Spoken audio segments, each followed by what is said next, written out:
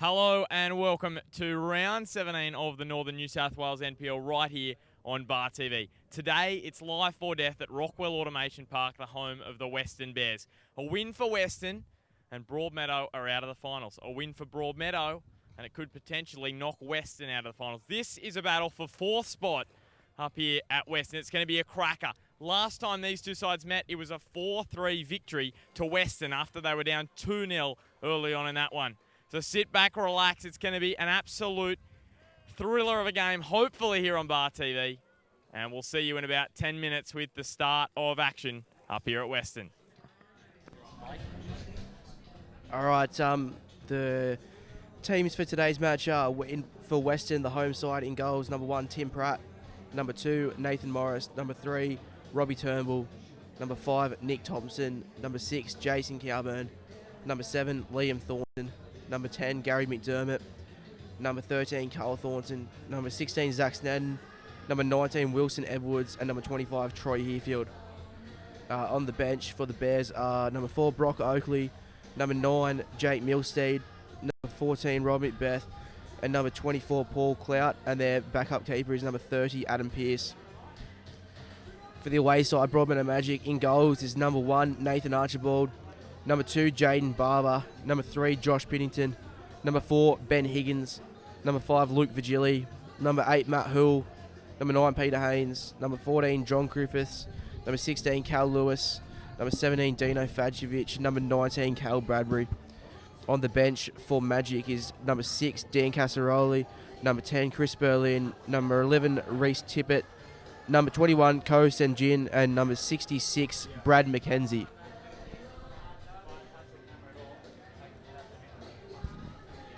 It's a very nice day here at Bear Park, Rockwell Automation Park, and we've already seen 2 crackers today with a top of the table clash in under 19s, Weston getting up there 2-1, and then with Magic needing a win in the under 22s to hopefully go into the top 4 based on other results. They got a 2-1 win despite leading 2-0 and Weston scoring late and making a real good push, although Magic did get a third goal with about 5 minutes remaining, but it was ruled to be offside. So some important games have been played today, but none more important is this one, Ben, with the winner finishing inside the top 4. We know that if Weston win and the Jaffers happen to lose to Maitland, they can the Bears will be in third, but if Magic win, they'll go ahead of Weston. They'll be equal, but they'll go ahead on goal difference. So a big game today.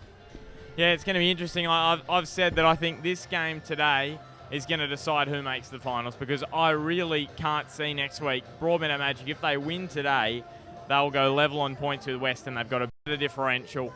Even if they do, if they win today, I can't see them losing to Charlestown next week. Charlestown have avoided relegation. They've really got not much to play for. Magic have got everything to play for, so I really can't see Charlestown springing an upset and winning their second game over Charlestown.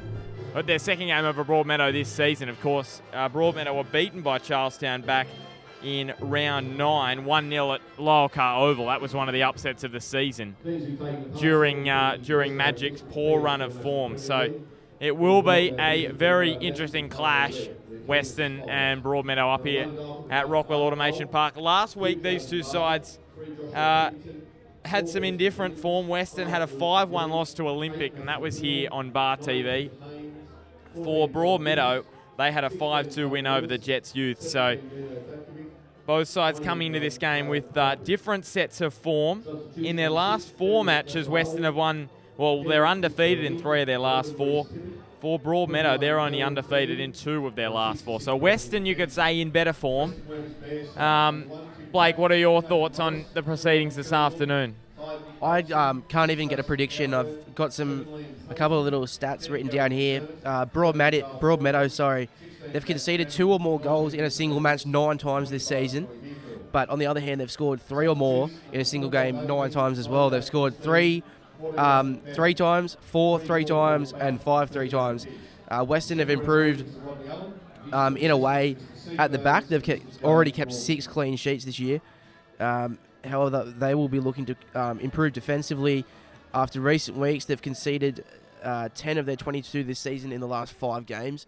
But in saying that, 2 of those 5 games have been clean sheets, so inconsistency is their main problem at the moment. Would you say that defence has probably been Broadmeadow's Achilles heel this season? They've been so good in attack. They've scored, Broadmeadow have scored 40 goals this year.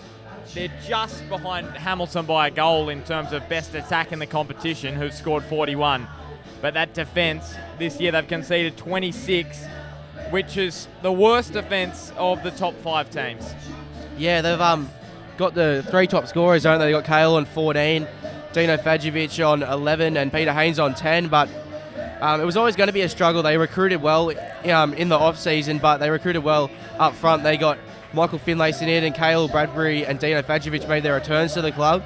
I don't think they picked up anyone in the defensive department, but they got Ben Higgins, John Griffiths, Pito, Alex Kenarowski, who hurt himself in a trial game. They were all here last year. Matt Hills, previously was a midfielder. He's made a transition to the back and he's done really well. But defence was always going to be their problem, I feel, with the lack of depth back there. In saying that, they have done a very good job. Yes, well, Broadmeadow last week, they played very well in the second half to knock over the Jets Youth 5-2. Second time they beat the Jets Youth 5-2 this year. They, of course, beat them in 5-2 on that Friday night match that we did. Oh, that Monday night match, it actually was. The Friday night got washed out, and they won 5-2 then as well. But since that Heidelberg match, they were down 3-0, fought back to 3-1. Reece Tippett had that disallowed goal. I thought Magic were the better side for the second half, and I think that gave them a bit of confidence going into last week's match against the Jets. Yeah, it's something that they needed, wasn't it? Usually a 3-1 loss, and being knocked out of a cup competition doesn't give you much confidence or form, but it seemed to have, and it did them a world of good. We're almost about to get underway up here at Weston.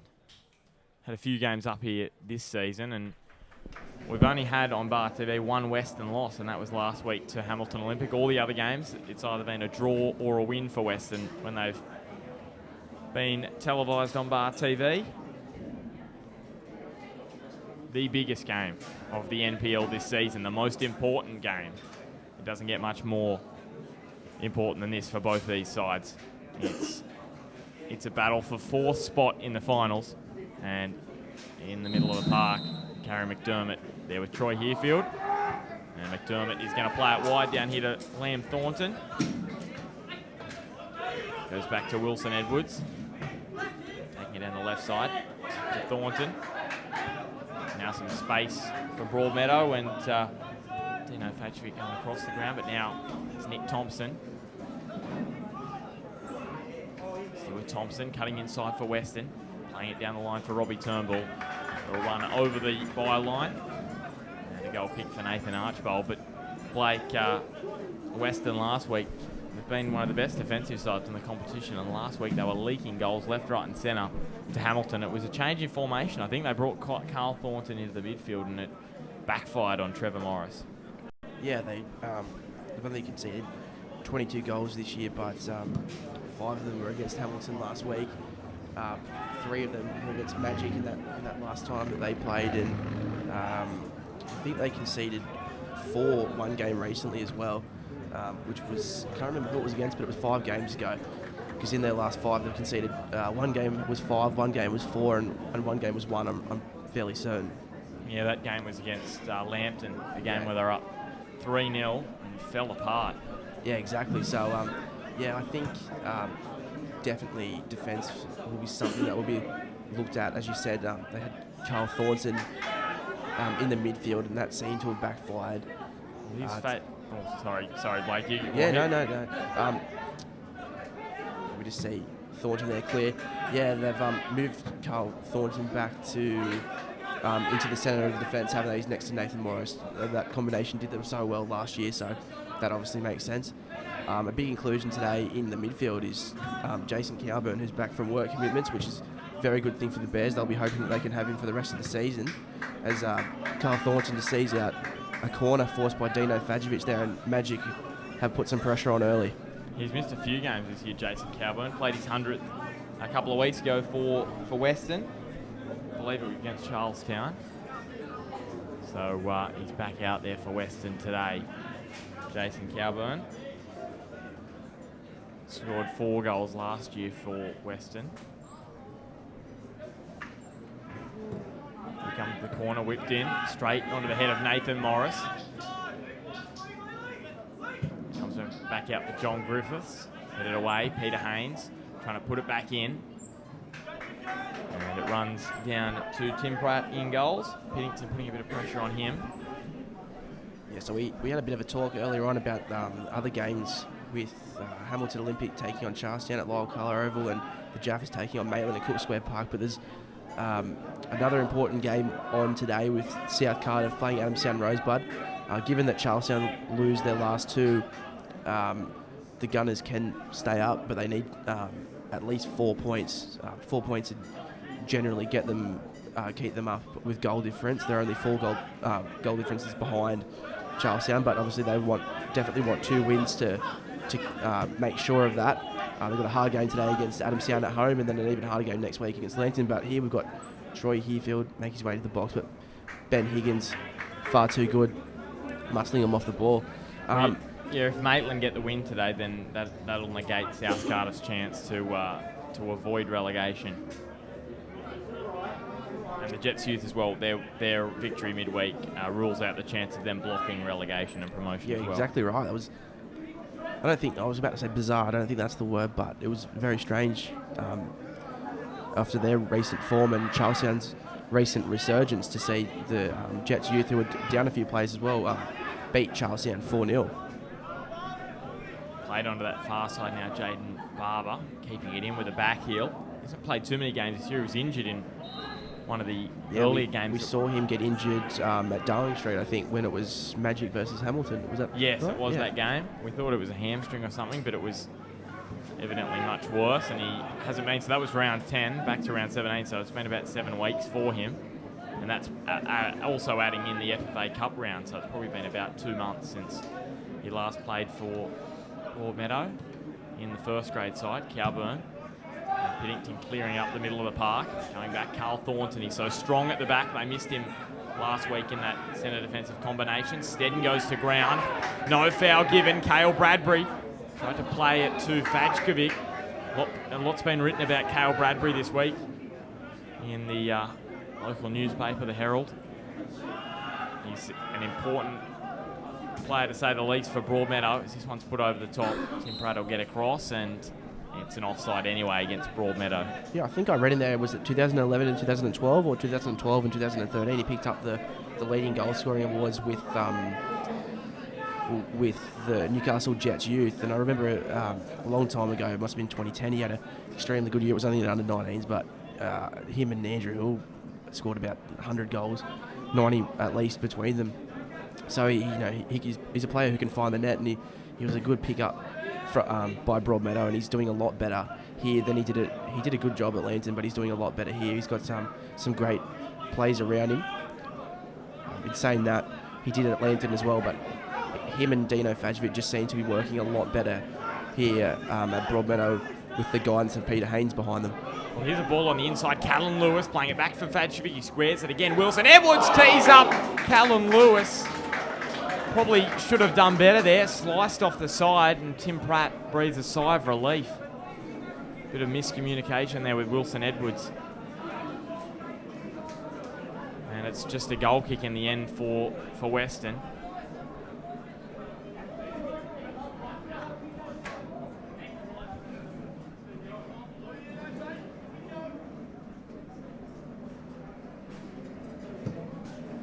Here's Tim Pratt. Heafield trying to go up for the header. Ben Higgins out of agility. It's been a rock at the back as well. If Carl Thornton's been Weston's rock, Ben Higgins has certainly been Broadmeadow's solid defensive centre-back for season 2015. I think it was the last time these two sides played. We were going to give him man of the match, I think. We ended up giving it to Jake Milstead, did we? Yeah. But was that then? I can't remember. It was that game. I know Ben Higgins did. No, was that Edgeworth? Edgeworth. It was Edgeworth. Yeah. That was it. He was almost our man of the match, but we ended up giving it to Keanu Moore. That was it. But yeah, he had an extremely good game that day and saved Magic a couple of times. I think it ended up being, was it 2-1? It could 2-1. Late McLaughlin goal scored in the last minute, but it could have been 5 or 6 if it wasn't for Ben Higgins at the back there. It was a game that I think Edgeworth deserved to win, but the margin probably should have been more in the end. 2-1 they got up that day, but as you said, Blake, Ben Higgins, well, saved 3 or 4 goals, certainly. Throw over there now for Jaden Barber.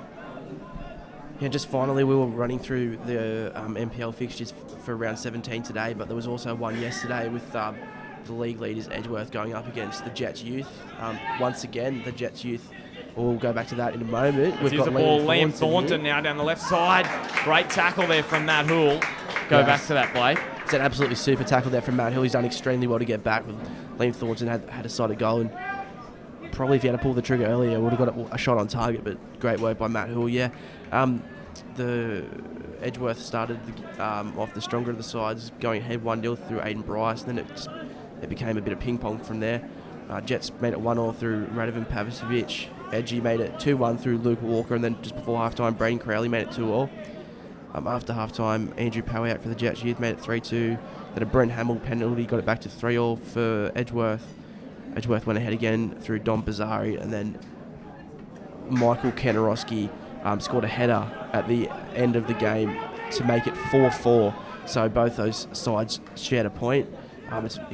We'll go back to that in a minute. It sounds like it was a very dramatic match. Well, that's twice in a row now the Jets have scored 4. Of course, midweek 4-0 win over Charlestown.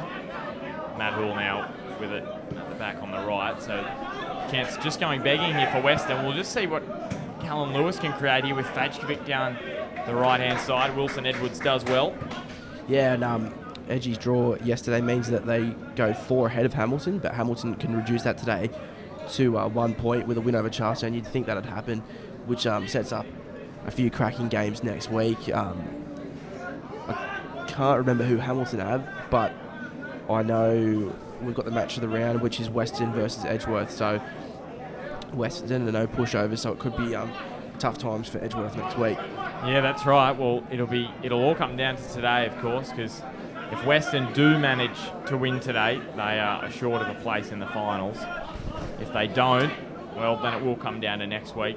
But as we said in the introduction to this game, I really can't see Magic getting beat by Charlestown again, as Morris plays it down the line, looking for Hearfield. Ben Higgins thwarts him.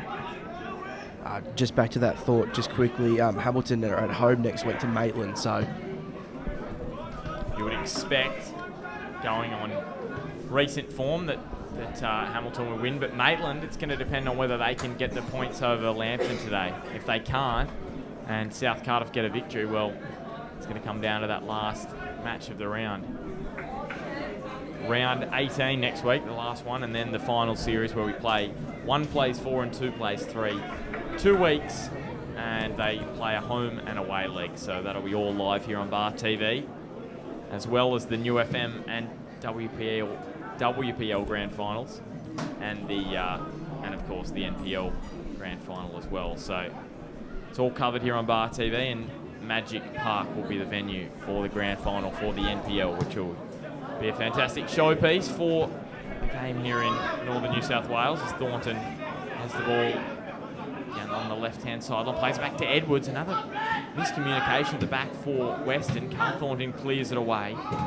Matt Hoole getting down there, and it goes over the sideline again. Yeah, there's a lot of talk about the top of the table, isn't there? But I'll just say Maitland lose today, Charlestown lose today, and South Cardiff win. Then it gets to 2 sides down the bottom there on 12 and another on 13. It'll be Charlestown on 13 and Southie and Maitland on 12. So that'll be extremely interesting at the other end of the table next week. So we potentially could have 4 matches that will have a real bearing on the table. There'd be one game that might not, but well, here's Fajkovic getting in behind. It goes across the face, and another chance for Broadmeadow, just going over the goal line. Tim Pratt with a goal kick. And I was going to say, Blake, last week in our post-match interview with Trevor Morris, he was quite scathing of the bottom sides in the competition. He said the bottom sides have done us no favours this season. They've consistently lost to the top side, so we're going to have to do it ourselves.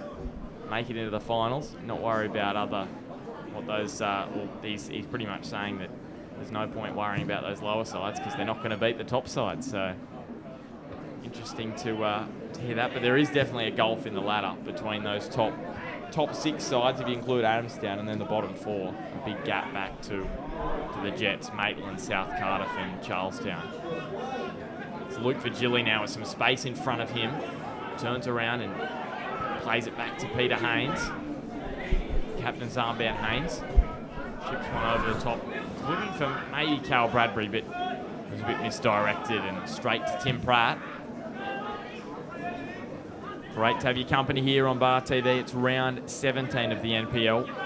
Second last round of the competition. And 13 minutes gone up here at Weston. It's 0-all. I think this time last week, Blake, was about 2-0 in favour of Hamilton. The procession was beginning at Darling Street. Just checking the Twitter feed for any scores. Have you got any updates? Adamstown are up 1-0 above South Cardiff, and Lambton are up 1-0 above Maitland. And that one at Maitland too, so I'm pretty sure that might be their last home game of the season. Maitland, as it's played wide for Bradbury now. Left side of the 18, can he cut inside Morris? Still with Cal Bradbury. Plays it back for Haynes, just a little bit wide of where he would have liked it, Peter Haynes. If he had have got it right straight to him, he may have been able to fire off a shot. In the end, not so, and it'll be a throw for Broadmeadow. Yeah, I think whoever's at home in round 17 will be away in round 18. I'm not sure if that's exactly right. I'll just have a quick look now. Well, Hamilton are playing Maitland next week, so yes, it is Maitland's last home game of the year today. Yeah, that's right. Everyone who plays at home this week is away next week.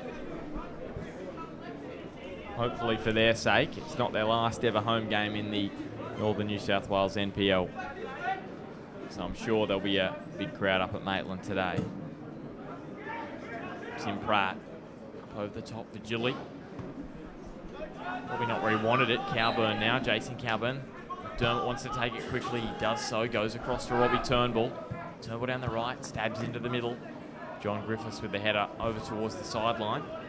It's a funny case this year, Blake, with John Griffiths. He was sent off, I can't remember which match. I think it was against Maitland, that game at home. Mate, while you've just been having a look down there at your notes, you just missed an absolute cracker of a shot and save. It was Gary McDermott with a left foot volley, and it was flying towards the top right, and Nathan Archibald's done well to dive to his left and get two hands to it and force it out for a corner. It's incredible. Nothing doing. I just turn around and bang, he's fired one off. But, yeah, it was the game against Maitland at Magic Park. He was sent off. Luke Virgili was sent off, but they got the red card reversed. So John Griffiths had missed the match instead of Luke Virgili because the ref sent off the wrong player. So I thought that was an interesting case, actually. And then on his return after that suspension, he got 2 yellow cards. I can't remember who that was against, but so he missed more games. So it comes out to Nick Thompson. Another funny moment for Broadmeadow. We'll just wait for Herefield to see what he can do down the right. Looks like a run over the byline. It does. Was Mike Finlayson last week. He was trying all he possibly could to get a red card from all reports at the end of the game, because if he had have got another yellow, he was already on a yellow card. If he had have ended the match on that yellow, he would have missed 2 weeks of action. So he got the red card, only missed the 1 game. It's a bit of an anomaly in the rules, and a few teams have exploited it this year. Yeah, it's I don't know whether to call it smart or not, but it seems it, doesn't it? If you can do it, why not do it? Yeah, that's right. He was a big challenge on Fajkovic, one of the Magic's leading marksmen. Copped it in the back, and it's going to be a free kick in a decent position for Broadmeadow. Yeah, I think Peter Haynes might have a shot with this one. I can't see him crossing it from there. Peter Haynes scoring that goal from inside his own half last week. I didn't see it. I'm trying to think if NBN did that game on the news. No, I tried to look everywhere for it and couldn't find it. But it would have been a good one to see. Maybe if Bar TV did every match of the NPL, that'd be the world would be a better place. You'd be able to see all those goals. Peter Haynes now goes low and hard, just wide. 17.5 gone. It's Weston 0, Broadmeadow 0, and around the ground it's Adamstown leading South Cardiff 1-0 and Lambton leading Maitland 1-0 at Cook Square Park.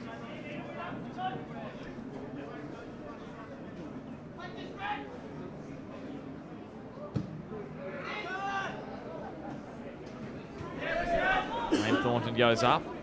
Callum Lewis as well in there. Wilson Edwards with the throw now for Weston.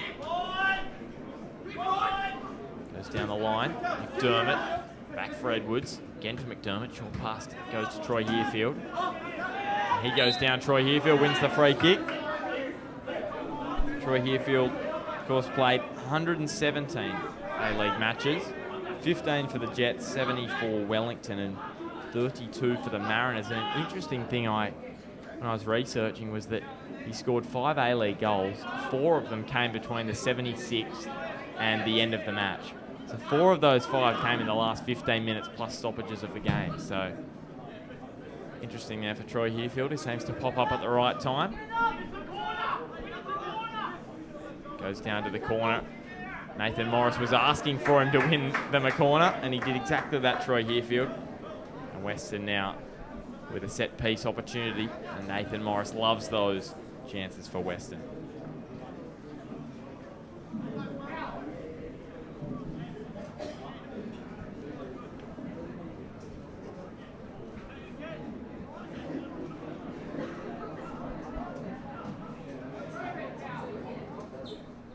So here it is, Nathan Morris going towards the back post. Thornton rises.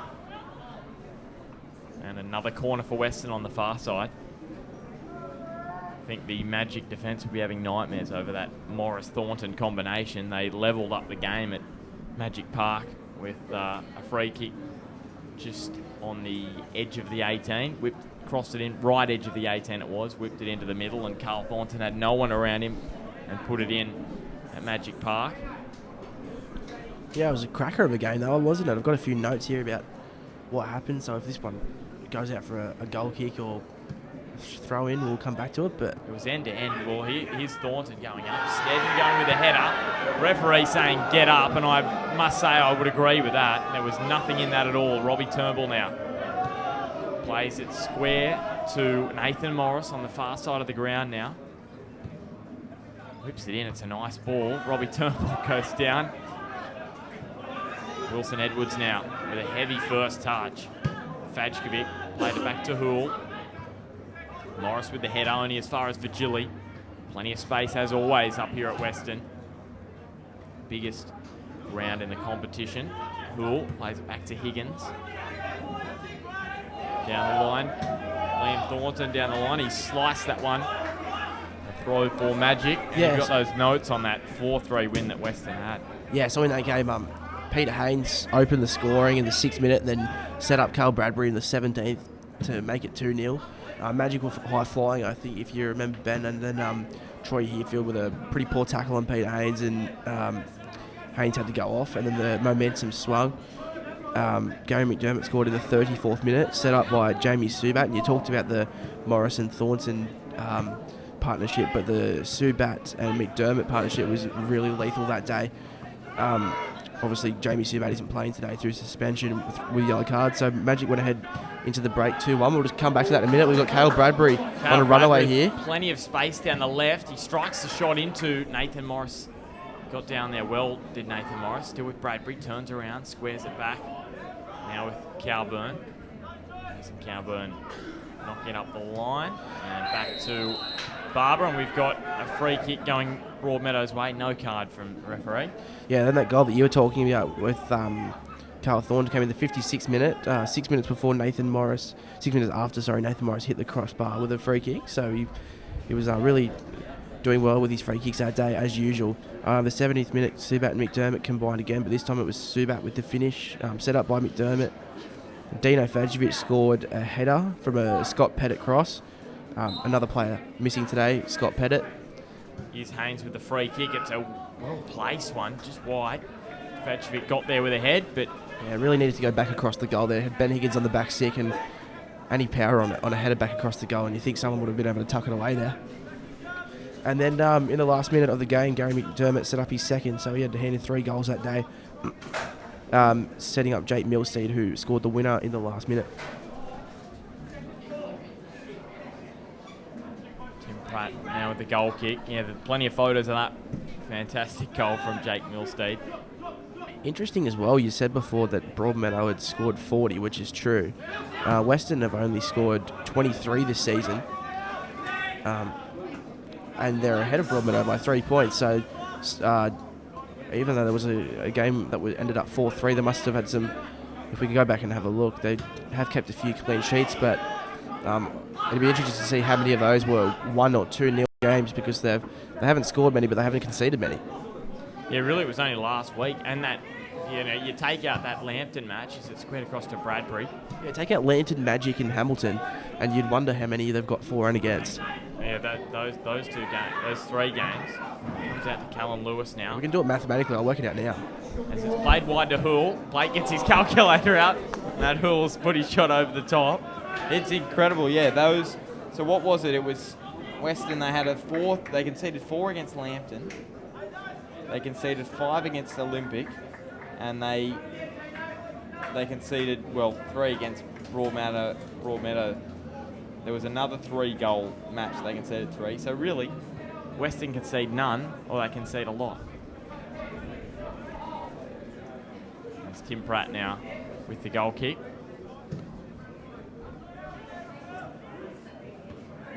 Header from Luke Vigili. Blake's just doing his maths over so there. they've scored 23 and had 12 against them. Those 3 games with Hamilton, Lambton and Broadmeadow, if they had ended up in, say, 0 or draws, they would have only conceded 10 instead of 22. So the 12 of their goals have come from those 3 games. They've conceded 10 in 13 games. Yeah, essentially over half of the goals conceded have come in those 3 games. And then they've scored, in those 3 games, they scored 8. So that's, if they hadn't have scored 8, those 8, it would be 15 goals for the season. So those 3 games aside, they've scored 15 and 10. 15, 4 and 10 against. Yeah, their defence. Yeah, it's like we've always thought about them being so defensively strong, but it's been a bit like a yo-yo. Some games they've been really good, others not so. Well, remember last year? We'll go back to that because we've got a bit of a runaway here from Troy Earfield, but again, Matt Hull does very well and Archibald clears, finding the sideline. Last year we talked about how good they were defensively. Carl Thornton and Nathan Morris also.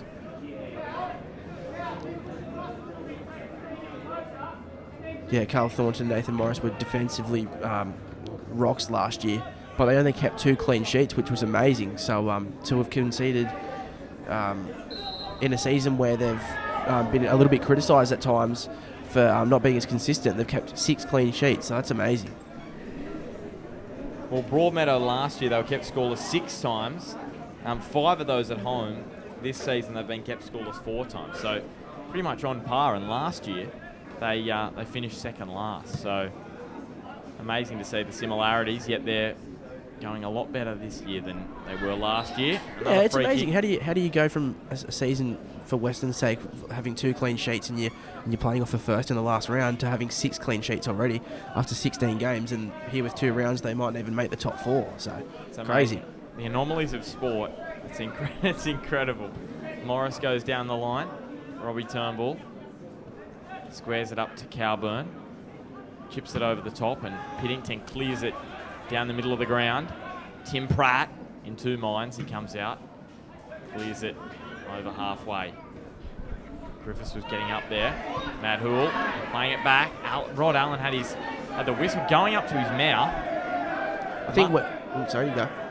I thought he might be playing advantage to Broadmeadow in the end because he didn't give the free kick. I think Weston need to make a change too, not substitution-wise, but structurally, player-wise. Most of their attacks have been coming from counter-attacks, and they're not that effective, whereas Broadmeadow have been dominant, pushing forward. So I wouldn't be surprised. I don't know if we got Liam Thornton saying that with a beautiful little cut. He finds Troy Heafield and a brilliant save by Nathan Archibald. Just as I was saying that they weren't giving much going forward, they do that. So I maybe should stop talking. But yeah, I wouldn't be surprised. As I said, I don't know if it'll happen, but to see Troy Heafield maybe drop back into the midfield and Jason Cowburn go up to the number 9, because at the moment Magic are having the better of the attacking position and attacking chances, I believe. It always seems to happen like that. Weston, yeah, it always seems to happen. You talk someone up or down, and the opposite happens. But here's Nathan Morris from the far side of the ground. Go through those 22s and 19 scores after this. It's whipped in. There's the header. Oh, Archibald when just keeps you it in. were walking up from your pre-match talk, I sort of went through. Oh, you ran through them? Yeah, I went through them. I just mentioned that talking to Silsy's son Jake just before we went onto the air, and he said that even though Weston won today, Magic can win a make-up game or a game next week and still come first. So that was a top of the table clash there for Weston. So Weston move into number 1, but Magic can still come back and get to number 1 somehow. And in the under-22s, Weston can't make the finals, but Magic were 1 point outside the top 4, so they needed at least a draw. They got themselves a win. I think it was a 3-1 win. I think it's on the scoreboard 2-1, but I'm pretty sure it was 3-1. No, it was 2-1. That last goal was offside. Disallowed, that's right. I remember that now. Yes, there was a goal late, but it was disallowed. There's the Western fans behind Nathan Archibald. They always give it to the opposing goalkeepers. Last time we're up here, and they took on Maitland, and they were not different at all. As here's McDermott. Ben Higgins comes in and puts that one onto the train line. That one's over, and lucky there wasn't a big coal train coming up. It would have gone straight into it. Would have lost a ball.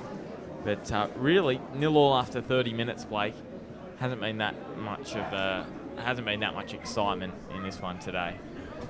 No, not really. Hopefully we can start getting some goals.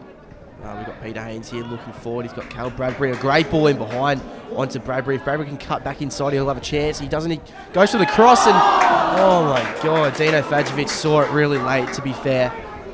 It looks like he's missed an absolute sitter, but there was a couple of players in front of him, and I think he's seen that late. He's just had a late stab at it and couldn't get it on target. But a very good play there and a very great ball and great vision by Peter Haynes. Something that they use really well, Magic. Peter Haynes getting onto that ball with the space in front of him, and then Cal Bradbury making good runs in behind. He's got the pace to run onto. Peter Haynes is really good through balls. Well, I don't know how Dino Fajovic hasn't put that one through. Put that one in, I should say. Tim Pratt, another goal kick.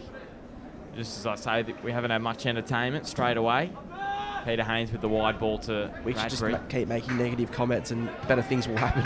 Well, here's Thornton. Wide to Cowburn. Goes to Robbie Turnbull. Pushed up into the midfield role. He was playing right back for much of the start of the season, but he's pushed up as here's Cale Bradbury down the left-hand side. On to turn Morris, squares it up to Fajkovic. Fajkovic turning. Back to Bradbury in the 18. Lovely short footsteps. Bradbury again with the shot. Thornton does well to keep his hands out of that and control it with his chest. And Gary McDermott plays it wide to him. He's got Matt Hoole there, and Matt Hoole makes a good tackle. Back to Higgins. Up the line looking for Fajkovic. Tim Pratt decides not to come out.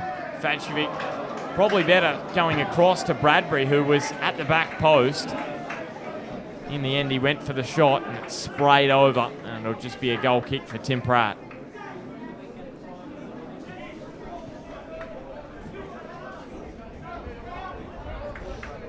Yeah, just around the grounds again at Lolcara Oval. Hamilton have gone ahead 1-0. So the three favourites in those games I've read out with the three teams all at home that are all coming, make up the bottom three.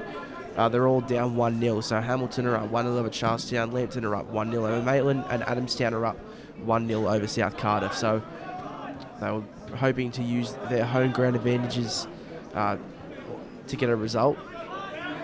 But the way it stands, it's not looking good for South Cardiff. If they don't get at least a point today,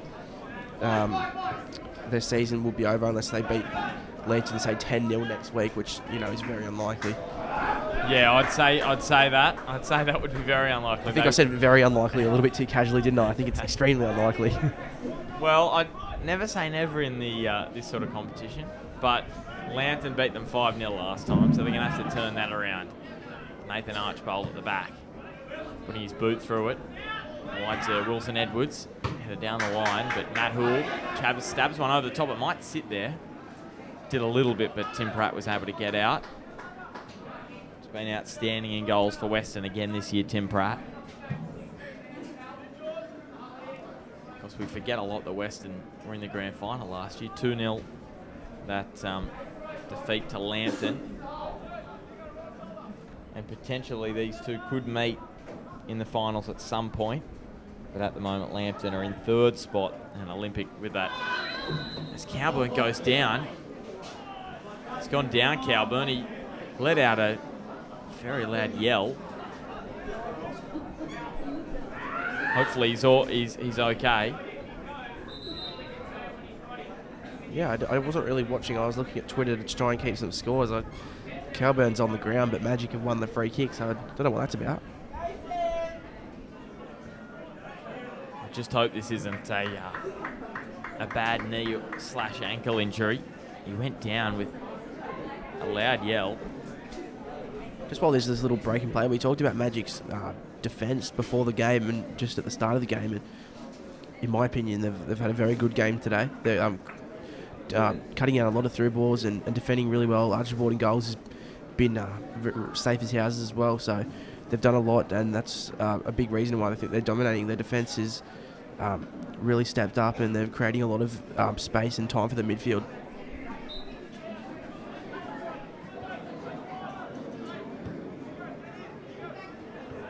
All over the top, Morris heading it away to turn away from Turnbull. I'm trying to think if we've actually done a Magic away game this season. I don't think we have. I think all the Broadmeadow games that we've had this season have been at Magic Park, from memory. The Jets youth game, but that was at Broadmeadow. That was the only classified away game we've done for Broadmeadow. Here is Lewis playing it wide. Fadjkovic whipping it in. And over the goal line. I talked about that change I thought might happen for Weston, but I wouldn't be surprised to see Dino Fadjkovic come in off that wing position, maybe even be subbed at halftime. You wouldn't want to get Kale out of the number 9, or maybe they might go to 2 up front, because his balls in today haven't been the best. I mentioned that header he probably should have cut back, and then you mentioned one he should have cut back, and then that cross was not the best either. So you might see Rob Vigili get someone like Tippett or Berlin out wide in the second half. It's up with McDermott now that I was just thinking. Jack, our producers, just notified me we did do a Magic away game before this. We did the game against Hamilton. 2-0 loss it was. It was Simon Mooney and Andrew Swan, I believe, with the goals. Yeah, it was either Andrew or Matt, so I got one out of 50% chance of getting it right. Morris now with Cowburn, back heel. It was an unfortunate day for Magic. They defended, I wouldn't say well, but they did an okay job, but 2 keeping mistakes were really how the 2 goals came. That was a bit of an average game, I think. 2 scrappy goals. Mooney's was a free kick from a long way out, but Archie saw it late, and then the second one just bobbled over him, so... Yeah, it was, and Hamilton really put a lot of defensive effort into that game. Back for Cale Bradbury. Peter Hayes at the back stick, if anyone can find him. Yeah, well, here's Lewis. He goes back stick, Fadjkovic with a header. And in the end, I think he was just too tall there, Dino Fadjkovic. He was a little bit shorter. Would have been straight in, but the height played against him, and it went straight over the bar.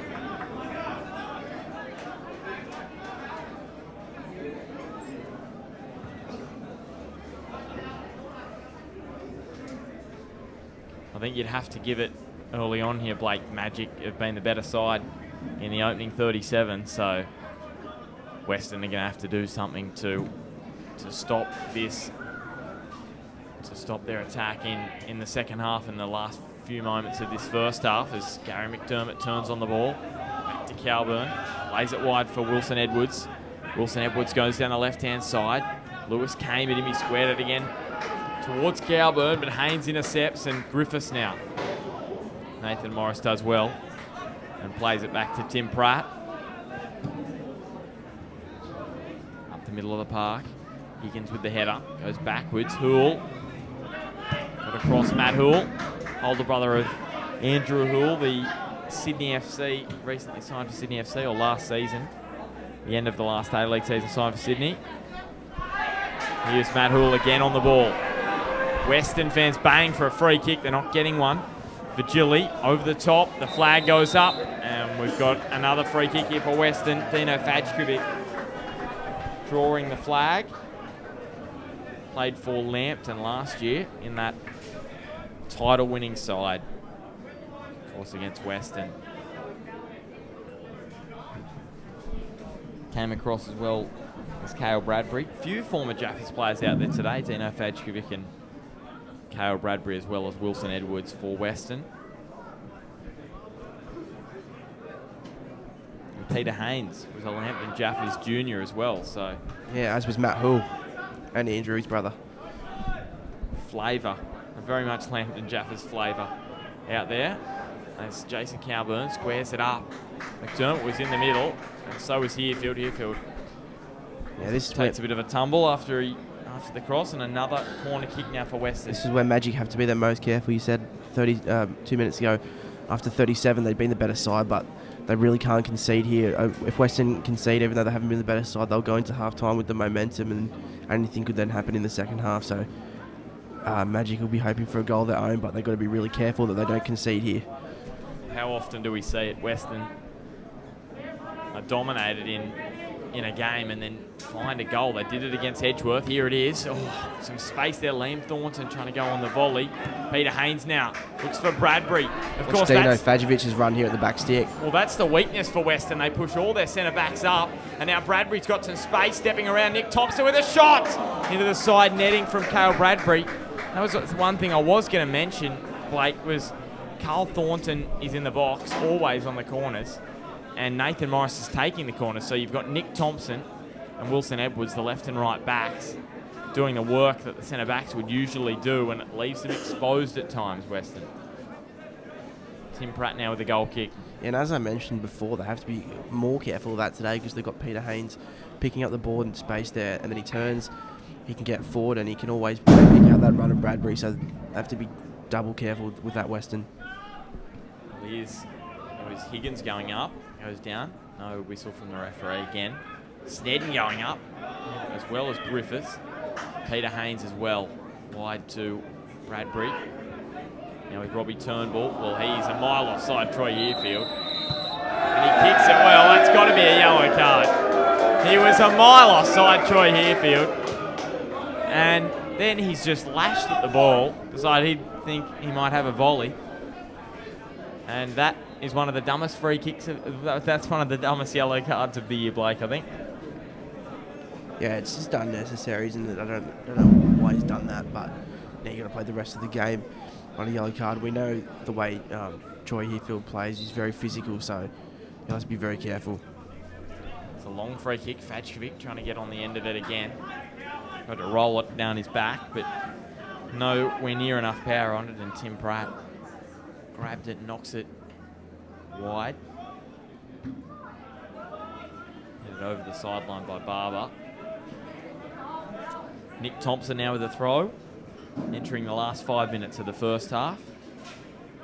Now with Nick Thompson, wide to Herefield. Now on that yellow card, and wins a corner. So here we go. It's funny, Blake, because I think Broadmeadow must enjoy the corners as well, because they know if we can get the ball up to Cale Bradbury quickly, we can create a big chance to score. So Nick Thompson and Wilson Edwards again, they're going to be on halfway. Robbie Turnbull was just on screen there. You could see him having a chat to them, saying, don't let Cale Bradbury get away. You won't see him again. And Nathan Morris now on that far side of the ground. See what See what he can do here with the corner. Goes near post, and Peter Haynes gets in. Gee, that went high. Over the fence. This is onto the railway as well, I think. No, just inside the fence. That one almost came down with snow on it, that one from Peter Haynes. Another one, he goes further. Back post, Liam Thornton got up with the header. Yeah, Weston have responded really well there. You can just see that they've only left Wilson Edwards at the back. They sent 10, they had 3, probably 25 out, and everyone else in the box. So they've forced Haynes to stay in and mark, and then that forced Cal Bradbury to go and pick up one of the players outside the 18-yard box. They were about 25 or 30 metres out, so a good reply there by Weston. Robbie Turnbull, also Barber, goes to Cale Bradbury. Down the left-hand side, done plenty of work for Broadmeadow this afternoon. Cale Bradbury gets around Nick Thompson. He has, hasn't he? He's been doing a lot of running, a lot of getting the ball head down and trying to beat defenders, but him and Fajovic just haven't had much luck in terms of finishing, have they? No, they haven't. They've had a few chances go over and probably been unlucky. Tim Pratt hasn't made one of his trademark brilliant saves so far this afternoon yet, but here's Luke Vigili getting around Nick Thompson again. Once again, Nathan Morris is there. It was a brilliant first touch by Luke Vigili. Did chest it past, I think it was Turnbull, but then the second touch just wasn't up to it. As Cal Lewis has got Liam Thornton there in his back. Thornton goes down and Lewis has got a bit of space. Just play it into Matt Hoole. Leaves Matt Hoole. Wilson Edwards coming across. Hoole That's away again. He absolutely got away Matt from Hoole. Cowburn. That was lovely skill from Hoole across to Bradbury now. Keep it inside that far sideline. Does so. Whips it in. He's got Fajovic. He's also got Haynes. Wilson Edwards good with the head. Hoole getting in there, and Wilson Edwards knocks it away with his left boot. Lewis again to Peter Haynes. He's got Callan Lewis coming. He goes to him. Thornton's there as well and makes a good challenge, this Liam Thornton. Doesn't have a shin pad on his left side there, Liam Thornton. Must have fallen out. Here's Fajovic squaring it across. Bradbury wasn't quite awake to it. He was disappointed with himself. Wonder where Liam Thornton's left shin pad is. Just, I know you're not allowed to play without a shin pad on, so that's not what the go is there. Anyway, we'll stick with the play. Vigili to Bradbury. And a free kick to Broadmeadow in a decent position. Maybe he's got skin-coloured shin pads on because he just pulled his sock up and he doesn't look to be going to find one. I don't know what's going on there with Liam Thornton. Just probably in the middle of the screen, third Western player from the right. Now he's number 7 for Weston, heading back to mark Ben Higgins. So here we go. Peter Haynes.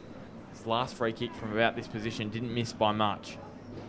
Here he goes again. Going to get the header. It's off the post. The header away from Thornton, but there was an offside. So Ben Higgins, I think it must have been, who was just offside. And it wouldn't have counted had it gone in. So Weston again breathed a sigh of relief. We're into stoppage time in the first half. Rockwell Automation Park in round 17 of the Northern New South Wales NPL on Bar TV.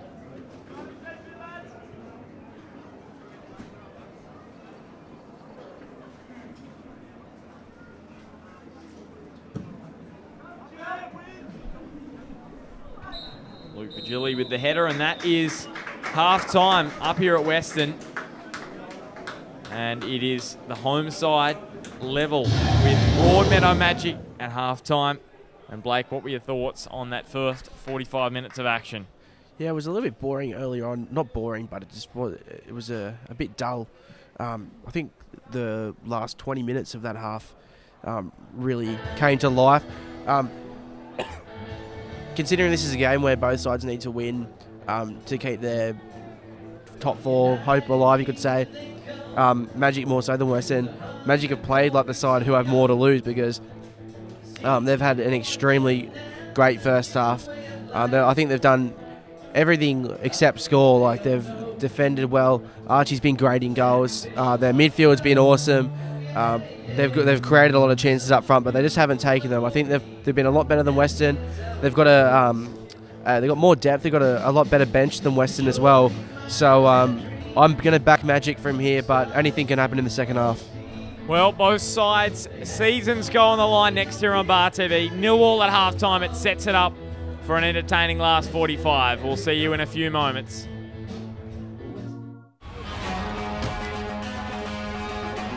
This is for the players.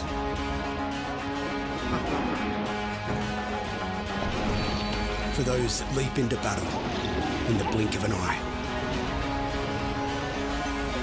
For the drivers that compete for their club, no matter where they are.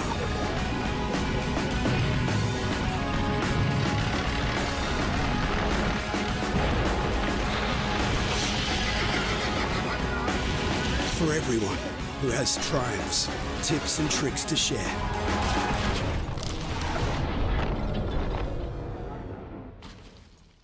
And for those who love to play with complete freedom, this is for the game changers, the innovators. This is for the players. This is PS4. Australia's leading sports organisations have made a pledge to tackle youth binge drinking. Now when you're watching your favourite sports, like football, swimming, basketball, netball and athletics, you'll see this logo. It's all about coming together to have a positive influence on our drinking culture. We're strong enough to say enough. and you can be too. Back your judgment. Stand up for what you believe in. Be the influence.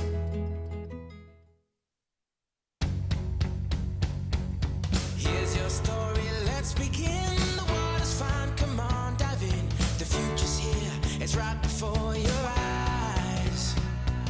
Step by step, you're on your way. Welcome to a brighter day.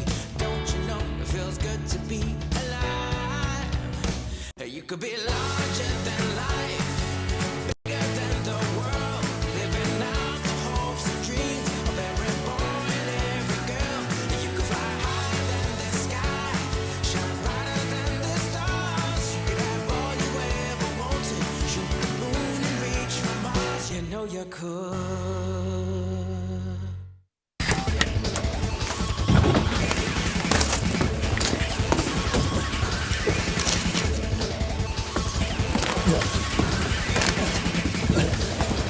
Real guys, real sport. Bar TV.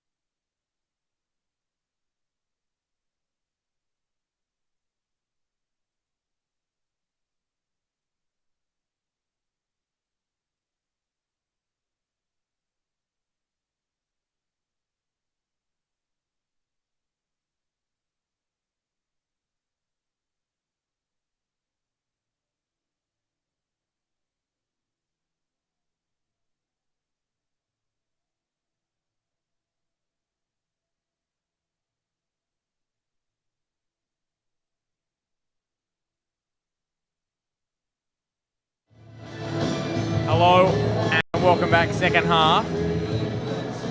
Broadmeadow. Well, they have to get something out of this game. If they don't, season 2015 may not go past round 18 for them. And Blake was just speaking to me about Broadmeadow's tactics for the second half.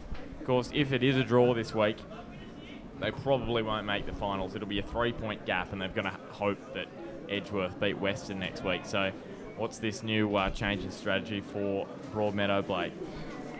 I just think they'll all push higher up. I think Luke Virgili on the left wing will play higher up the field. Cal Lewis on the right will play higher up the field. Dino and Cale more centrally. Hainsey will play closer in behind to Cale and Dino, and then... Well, it's away. Robbie Turnbull with a header. Callum Lewis getting after that. Then there'll be John Griffiths just in the midfield screening in the middle. They've also got Dan Casaroli on the bench who can come on and do that job if need be. And obviously Griffiths, a centre-back himself, can play at full-back if they need to go at 3 at the back and pull off Barber or Hoole. Well, I thought that Dan Casaroli was outstanding off the bench in that match against Heidelberg.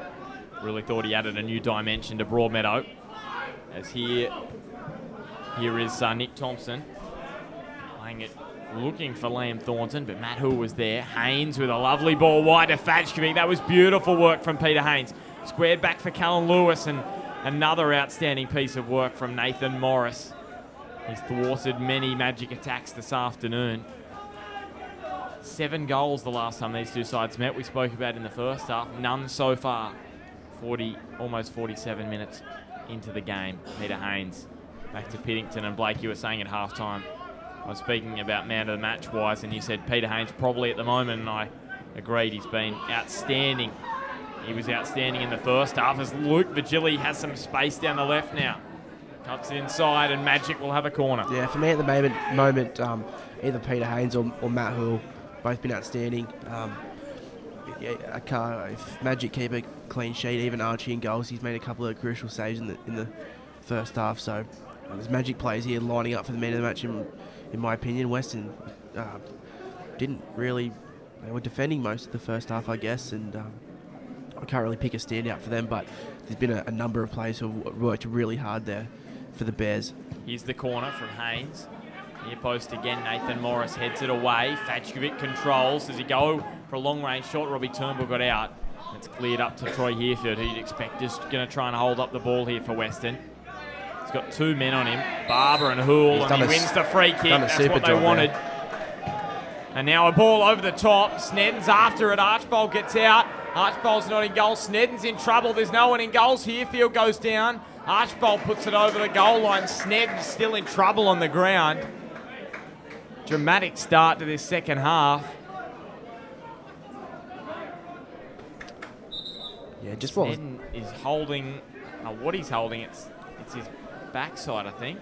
Just while Zach Snedden down, just clearing up something I said in the first half. I said Magic have got a far better bench than Weston. I think that's the wrong wording. I thought that as soon as I said it, and thought during the half time I'd clear it up. Magic have got a lot more experience on their bench, and maybe 1 or 2 more game changers, but Weston certainly have a very good bench as well, with Rob McBeth and Brock Oakley and Jake Millseed, who scored the winner against Magic last game. So I reckon the back end of this game is about to get real interesting.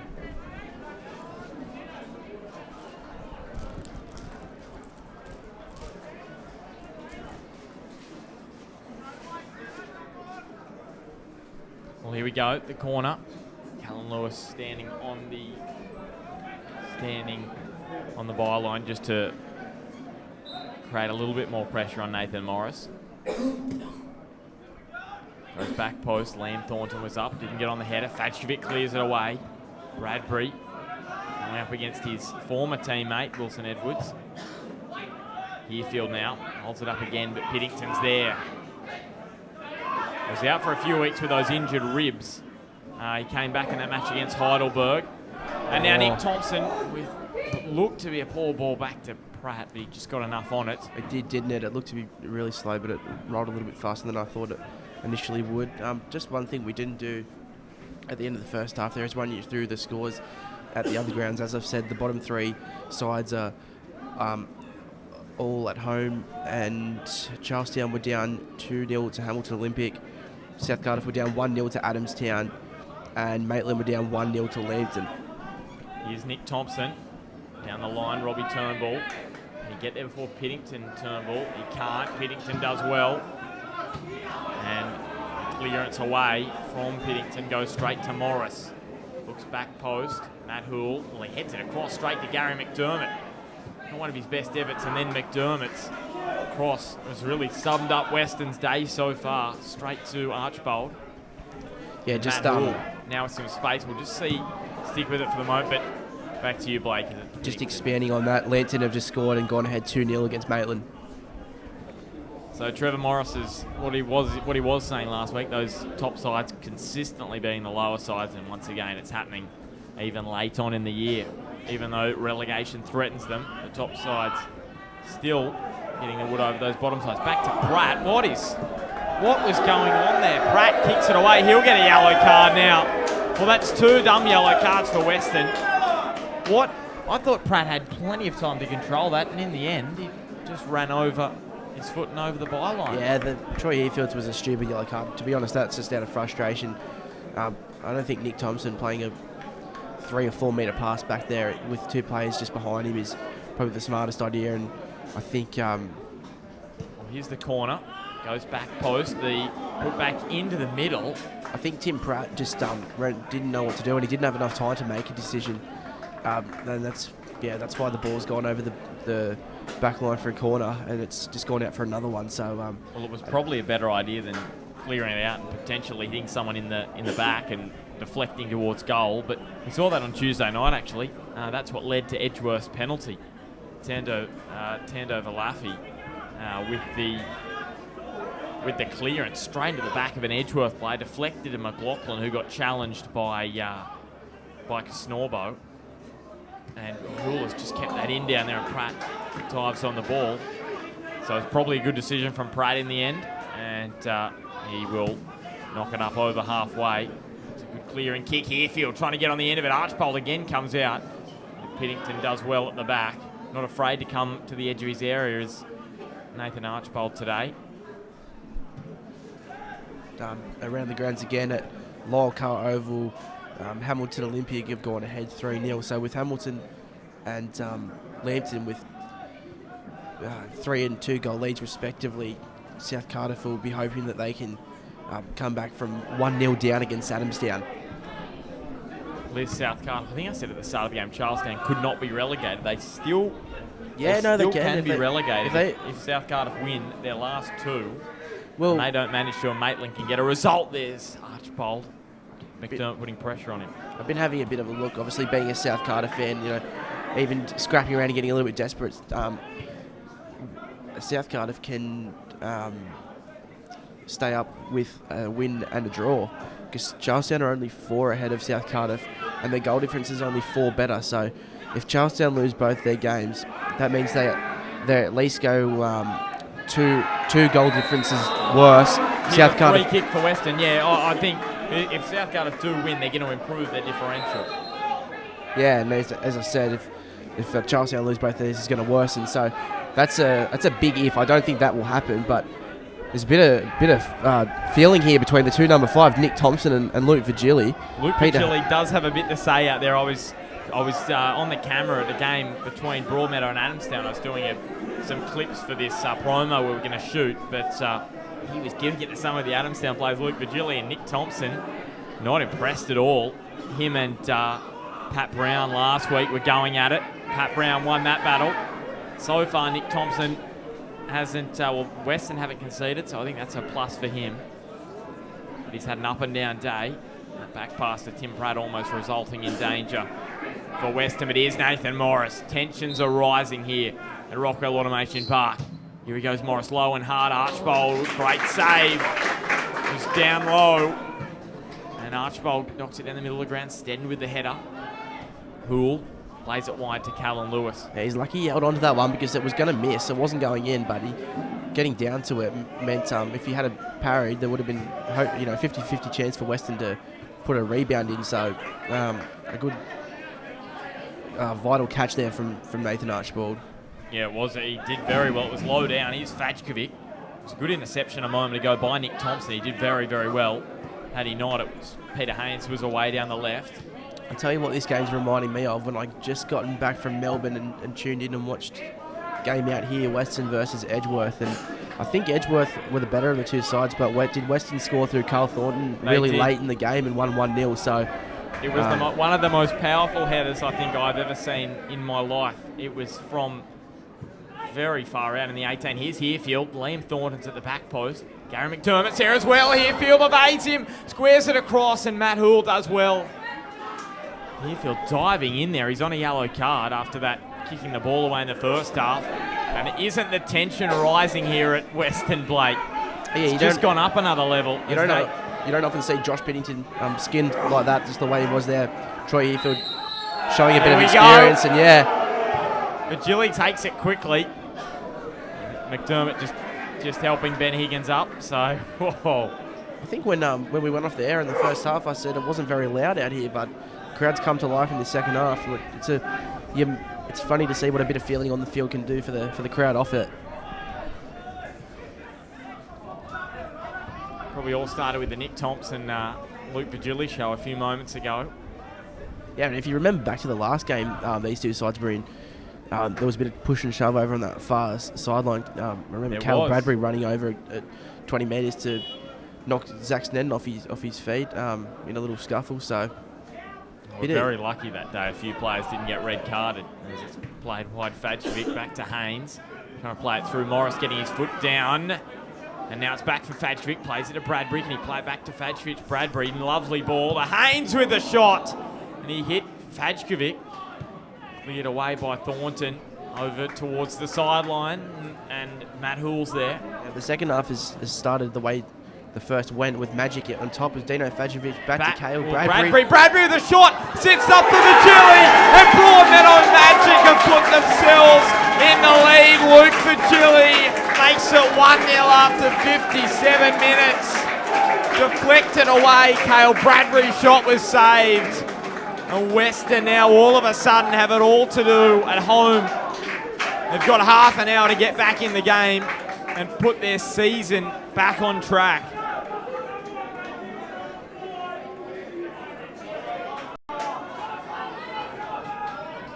Troy Herefield and Gary McDermott about to kick off. Blake, I thought Cale Bradbury was going to put it away, or Fajkovic as well, but it was third time lucky. Luke Vigili knocking it in, and Nick Thompson now finds Calburn. So what can Weston come up with now? Herefield plays it back to Nick Thompson. Further back for Wilson Edwards, so the scoreboard attendant has to do a bit of work for the first time in the first grade game. Edwards with a long range shot, sits up for Jason Calburn, slices off the side of his boot.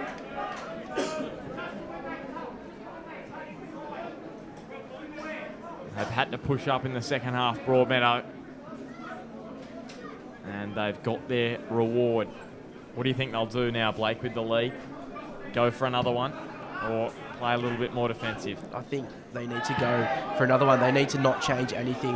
They've dominated the first hour of this game, and changing anything would be a bad decision in my eyes. Maybe not for the situation. Maybe going defensive would be a better idea, but from history, everyone who goes defensive, not everyone, but most teams who go defensive after scoring, they invite pressure back on themselves, and then they often concede. So, well, we saw when Magic played Heidelberg, they probably went a bit more defensive, did Heidelberg in the second half, and they were lucky that it wasn't closer in the end than what it ended up being. It was 3-1 to Heidelberg, but probably, well, it should have been 3-2. Reece Tippett with a disallowed goal. That's open to interpretation. McDermott goes down.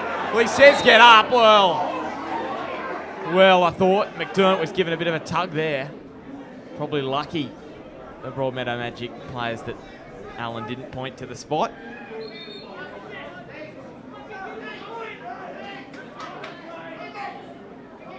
When seasons are on the line, Blake, the temperature of this game is peaking.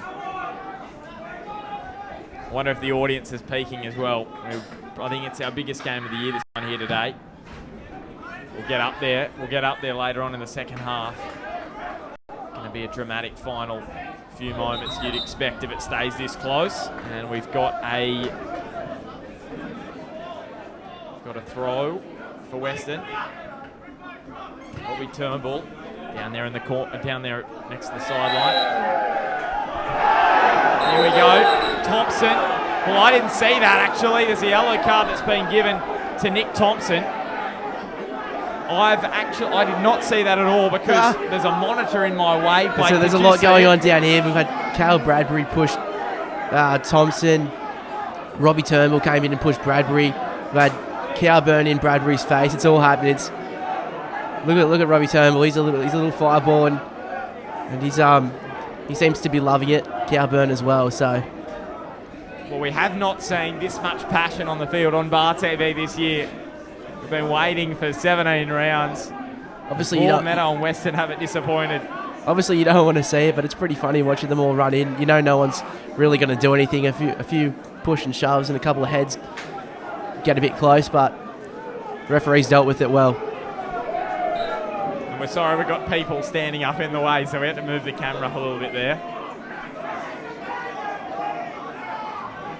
I think we need to get these blokes to sit down.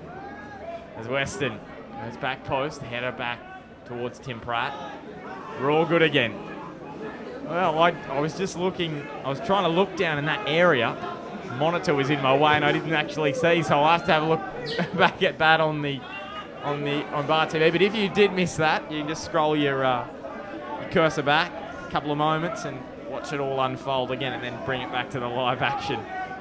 We had a dramatic game in the Union yesterday. We had an 18-17 win, Hamilton over the Wanderers, and I think this one today is going to be no different. That's Fadchewicz now, turning the ball down the right-hand side. He's got Cale Bradbury. We can square it too, and Carl Thornton puts it over the byline. Broadmeadow with a 1-0 lead. 17 minutes gone in the second half, and Peter Haynes is trotting over to the far corner to take this one for the Magic. Next week, as we said earlier, it's Edgeworth and Weston on Bar TV. I think we need to do 2 games next week. We need to do Broadmeadow's game and we need to do Edgeworth's game, and we can put them side by side. People can watch it both. If Weston don't win today, it's going to all come down to next week. That's the only way that next week won't matter for these two sides. Otherwise, it'll all come down to round 18. Hool across the face. Snedden comes off the side of his boot. Yeah, and as you said, you can't imagine that Charlestown are going to take points, let alone beat Magic next week. So it's going to be an epic last round, in my opinion. Hopefully there's a big crowd in at Jack McLaughlin, because that's going to also decide the first, or the minor premiership. I think we should just do all games next week. Every game. Because all the matches just mean so much to the positions on the ladder. South Cardiff down at the moment. They're down 1-0. All the other games pretty much, you'd have to say, close to over. Lambton, not over in time, but over in scoreline sense. Lambton were up 2-0 last time I checked, and Hamilton were up 3-0. Lambton against Maitland, and Hamilton playing against Charlestown. So South Cardiff down 1-0 against Adamstown. As I said earlier, I thought there'd be one game. What's going on here? It's a back pass, I think, and it's going to be an indirect free kick in the box. Archbold throws it away. Again, the tensions rise. So it's an indirect free kick because it was a back pass. And this is one of those moments in football, Blake, that is very rare. You don't see it very often, the indirect free kick in the box. And Robbie Turnbull's got a yellow card. He's been going off since that last confrontation a few moments ago. Yeah, just quickly, before this happens, Maitland have got one back, and now it's Lambton leading 2-1. Hamilton have also got another one, and they're leading 4-0. It's still 1-0 Adamstown versus South Cardiff. Once again, I think a game's over, and Maitland score 2-1. And Hamilton, gee whiz, what about the goal scoring in the last few weeks for Hamilton? 7, 5, and now 4, 16. Squared back here, Phil with a shot. Kinnington with a block. Big cheer. Caught well as Calburn and Bradbury. Look at all the players. You could throw a blanket over the whole 20 of them out there, not including the keepers. Such a big field at Automation Park. And we've got a sub here with Reece Tippett coming on, and it looks like, I don't know who it looks like it's coming off here. They haven't told anyone, I don't think. Luke Virgili's coming off, is he? There he is, Luke Virgili. So he's had a great game. He did well over that far side in the first half. Got forward attacking really well. And he's obviously scored the only goal of the game as well. We're going to have Dino Fajovic come over onto the left-hand side, and Reece Tippett's going to go straight up front. So you asked me the question before about how do Magic respond after scoring. They're throwing everything forward. They've taken off Luke Virgili, who's a defender, from the wing, moved Dino out there, and they've put Reece Tippett up front. So they're really going for another goal here, Magic. Reece Tippett used to play for Weston 2006 to 2010. He was played up here for the Bears. So as Herefield gives away a free kick, pushing away John Griffiths. He also played at Exeter, Exmouth, Horn over in the UK. So he played plenty of football over there. He was the 2008 NBN State League Player of the Year. And that was back in his days at Weston. Big sound there, Robbie Turnbull down the line. Herefield, is he onside? He is offside. It was a very, very late call. Robbie Turnbull absolutely furious, saying that one of the Magic players touched it.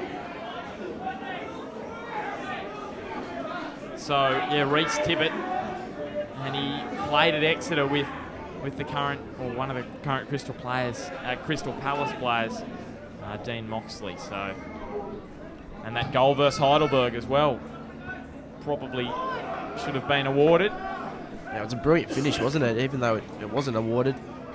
I don't know how they would have gone if Momentum would have got them another one if that was awarded, but they didn't end up getting one after that. But it was an amazing finish. It was so casual too. He just knocked it in over the keeper's head, and like he does it every week. So he could be a big asset up here today up front for Magic.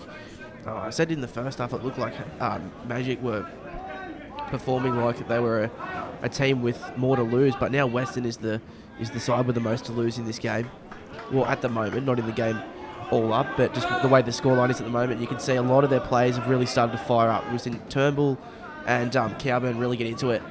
Troy Herefield subtly has been firing up, and Gary McDermott's getting a little bit annoyed at the time wasting that's going on, or that he thinks time wasting has been going on for Magic as well. So we've still got a while left in this game, 23 minutes. So there's going to be a lot of feeling from both sides, but more importantly, Weston. Well, I think I was smart from Robbie Turnbull going down that challenge. Just going down himself, make sure he doesn't get a card for that challenge. In saying that, McDermott was getting pretty annoyed at the time wasting. Then Peter Haynes just leaves that one roll past him, and McDermott had a bit of a chuckle. So here is Peter Haynes on the free kick. It's another well-placed one that drops on top of the net. It'll be a goal kick. Tim Pratt racing around to take it quickly for the Bears.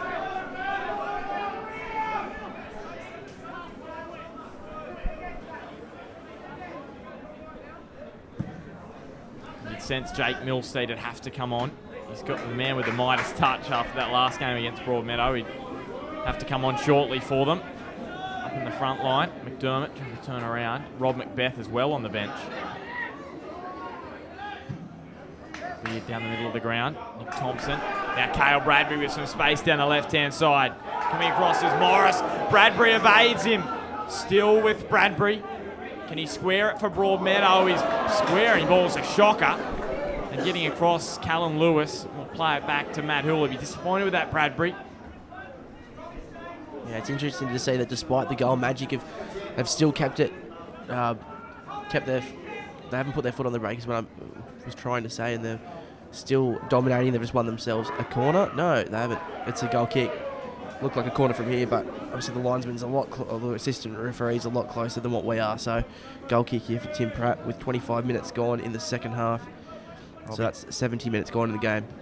Robbie Turnbull pressing very high down the right. As here goes Wilson Edwards, Carl Thornton. He's Still with Carl Thornton. Is there still a few twists? I think you'd have to think there'd be a few twists and turns left to go in this one this afternoon. Next week, Weston and Edge. 2:30 next Sunday. Score stays like this, it'll come down to that match to decide who's in the finals. Calburn with a shot into the crowd.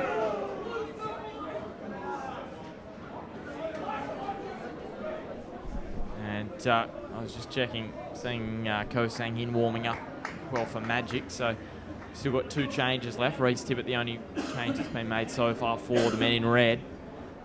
Weston haven't made one thus far. Archbold. Fadjevic getting up with the header over towards the sideline.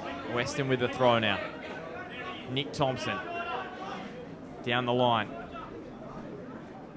Piddington now evades Robbie Turnbull. The 2-3s coming together. Reese Tippett holding it up again nicely. Down the line for Fadjevic, but he's offside. Weston with the free kick again. Any scores from the other grounds, Blake? No. Still got Lambton 3-0, Hamilton 4-0, and we'll just check Robbie Turnbull for the moment. He's got Calburn back post, but he couldn't get it there. So Lambton still 2-1. And Hamilton 4-0, and the other game. Yeah, I don't know why I said Lambton 3-0. It's Lambton 2-1, sorry. And Hamilton 4-0, and Adamstown 1-0. So South Cardiff still with a chance to maybe snavel a point there if they can score a late goal, just as Weston could do here. That's the thing, it's so close yet so far for Broadmeadow. If they concede, all of a sudden Weston have got the ascendancy in terms of the ladder. Higgins. Fadjevic. Now for Cale Bradbury. Haynes chipping one over the top towards Fadjevic. Tim Pratt goes up. It's amazing. It's like one of those Champions League ties where one side's in front and another side scores and the other side's in front. It's such a knife edge that this game is on in terms of the competition.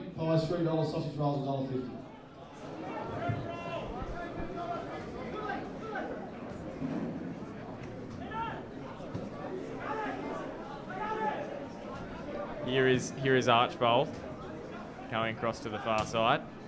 Wilson Edwards now, Liam Thornton. So with Wilson Edwards, Thornton. Still no changes for Weston. We're into the final 18 minutes. Thornton looking back. Reese Tippett squares it across to Haynes. He's looking for Cale Bradbury with some space in front of him. His first touch was too heavy from Bradbury. Nathan Morris got across. Pulled back for Fadjevic. Reese Tippett's in there. Hand in the air. Goes short, straight into the head of Zach Snedden. Now a volley from Haynes goes wide. Still, even though Weston need a goal here, here's another change. It's Casaroli that's going to be on for Broadmeadow, who is coming off. And also Paul Clout's going to be on for Weston. It'll be Carl Lewis to come off for Magic and Liam Thornton to come off for Weston. Replacement of Broadmeadow Magic side number 16, Carl Lewis, has been replaced number 16, Casaroli. The Western League fair side number 17, Thornton's been replaced number 24, Paul Clout. So Paul Clout scored a double a few weeks ago when Weston won against the Jets youth. They were down 1-0 actually that day, Weston, so similar scenario to what they've got in front of them today. Houle, Griffiths, wide to Reese Tippett. Griffiths, that's it, ball taken off him, ball down the line now looking for Herefield, and Nathan Archbold controlling. Just sense we're in a bit of a lull period in this second half. Yeah, I definitely think we are, but ready to ramp up for the final 15. Yeah, with 15 minutes to go, a couple of substitutions still waiting to come on. It will definitely, as you said, ramp up in the final 15. Nathan Morris played it straight into Fadjevic, but it rebounded to Thompson. Now Calburn, McDermott, taking it wide. Now for Nick Thompson. Herefield squaring up towards Calburn. Matt Houle just getting there in time. Carl Thornton playing it now to Wilson Edwards.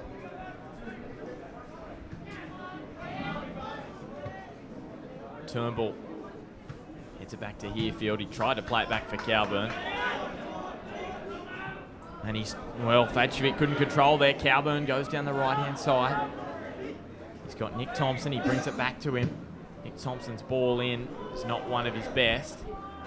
And it goes, and it's going to be a corner. Well, Reece Tibbett probably didn't have to, he didn't have to play at it. And it's a corner. Paul Clout is going to take it quickly. They didn't have time for Nathan Morris to trot down there.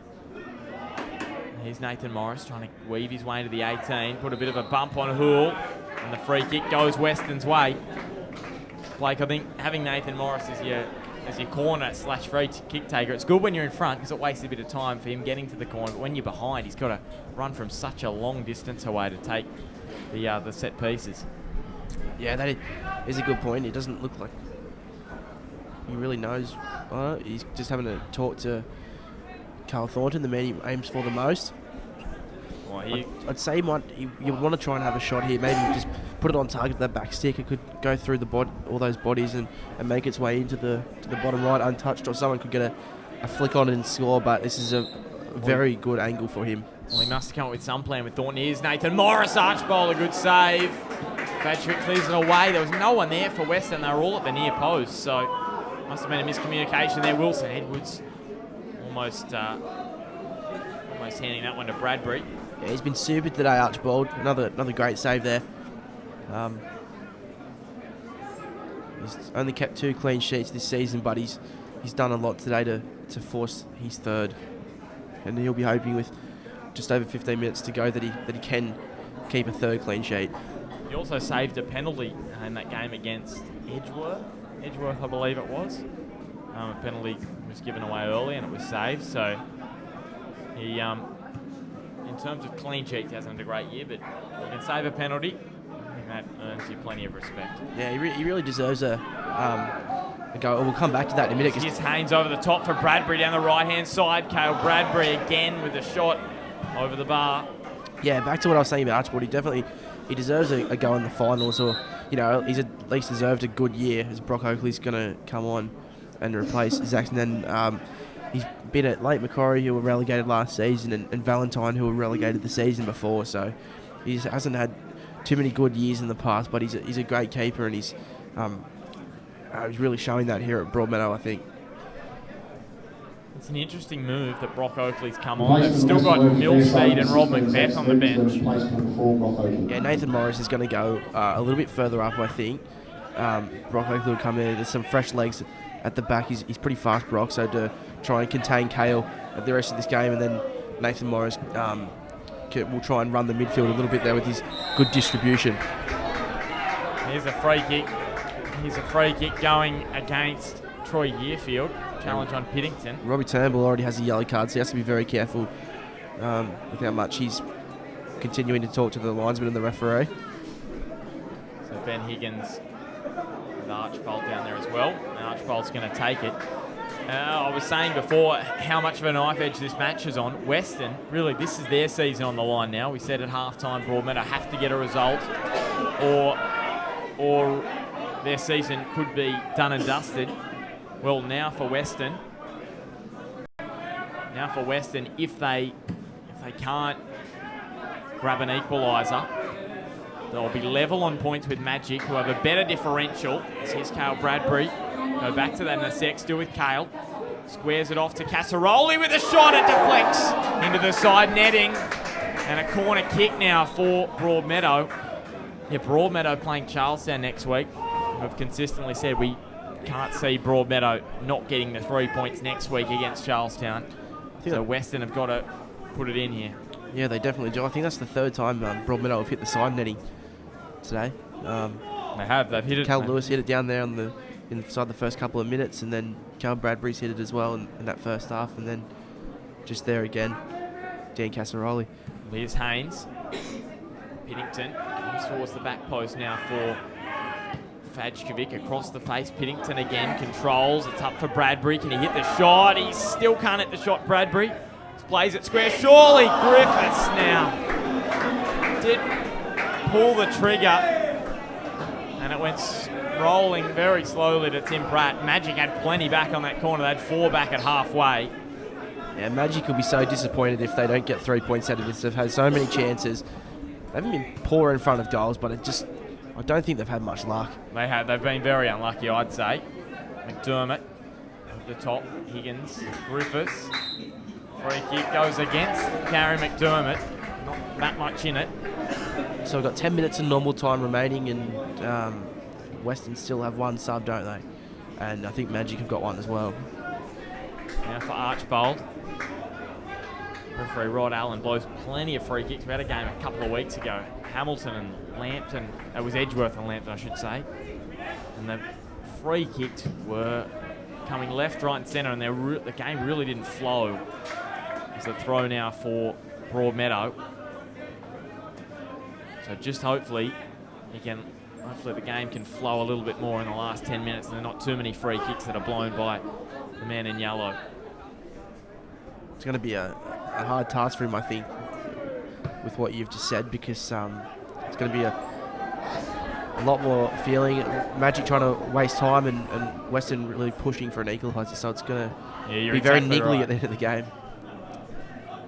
Here is Clout. He goes down. Free kick. Here's a yellow card. Going in. Is it going? No, he's not. I thought he went to the back pocket. He didn't. Nathan Morris squares it across now to Carl Thornton. Plays it wide to Brock Oakley.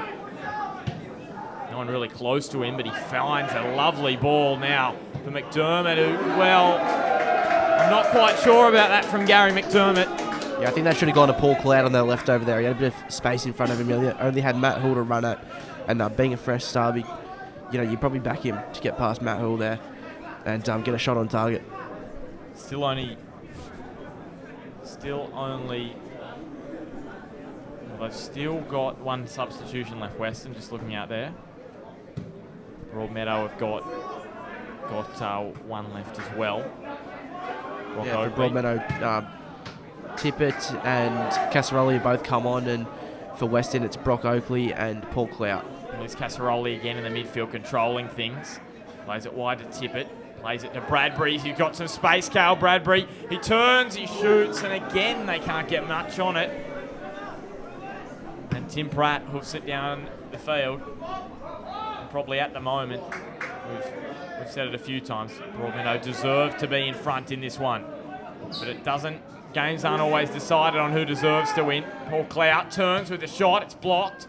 Back over to the back post where McDermott is, squares it across. Archbold does well. Weston fans a little bit quiet here. Rockville Automation Park. Thornton getting across the back. Nathan Morris has pushed up the ground. Bradbury all over him. Referee calls play on. Now with Wilson Edwards. Turnbull knocks it wide to Clout. Turned over, but Robbie Turnbull again. That desire from Robbie Turnbull evident again. And same there for Piddington. The 2 number 3s have been very good for both sides today. And Wilson Magic Edwards really want to play on there. Sorry to cut you off there, Ben. Wilson Edwards picking up a yellow card there, but Peter Haynes sort of said to the referee, I think what he would have said was, we had a 3-on-3, why not come back to it with the yellow card? Not that they'll care about, to waste a bit of time, but they did have a 3-on-3 with Cal Bradbury and Dino in front of Hainsey. We know how damaging that can be for a side's defence. Well, there is less than 6.5 to go in regulation time, less than 6 minutes now in the game to go. Ben Higgins puts it wide. Nick Thompson with a header. Casaroli. McDermott, so I should say, yes, it was McDermott coming across. Thompson back to Morris. Nathan Morris trying to play it wide. I think you've got a score, Blake. Yeah, my sources around the grounds have told me that South Cardiff are now 1-1 against Adamstown at home, and Charlestown have got 1 back against Hamilton. And now Hamilton lead 4-1. Well, South Cardiff, they'll be on 10 points so they can get that result. And wow, what a last round we have coming up on Bar, not on Bar TV, in the NPL. This one's going to go on the roof. Oh, into the side of the grandstand at Rockwell Automation Park. The last round, relegation, the finals, it's all up for grabs. Magic leading 1-0. If you want to know what that means, it means that next week, currently, they're level on points. Magic will go into the top 4 as they have a better for and against. They have a plus 15 differential, and Weston are on 0 currently in terms of the differential. So next week, all Magic have to do is win, and they will be into the finals after a disappointing year last year. Bradbury, can he turn and shoot? He's got to.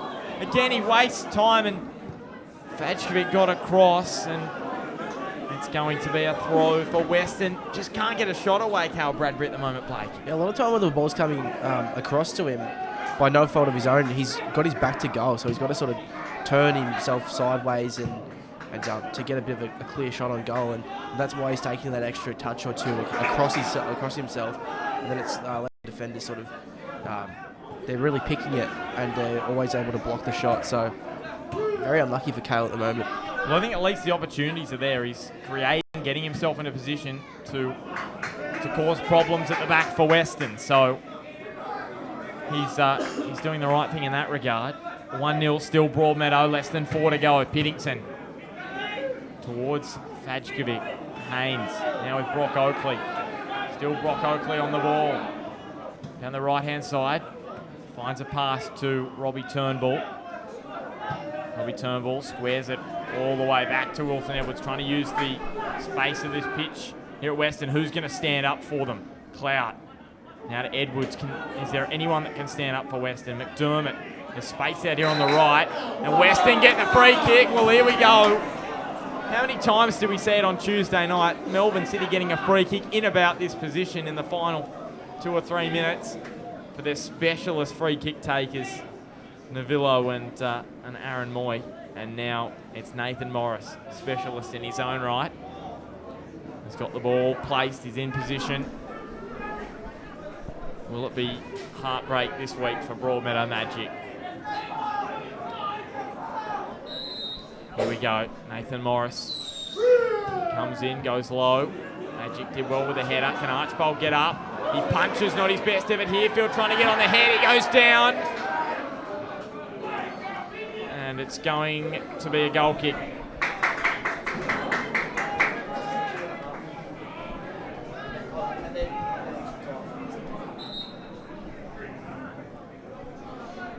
Pretty irrelevant to us up here, but just a little stat. Heidelberg have gone up 1-0 against North Geelong in the Victorian NPL. Just thought I'd let everyone know that.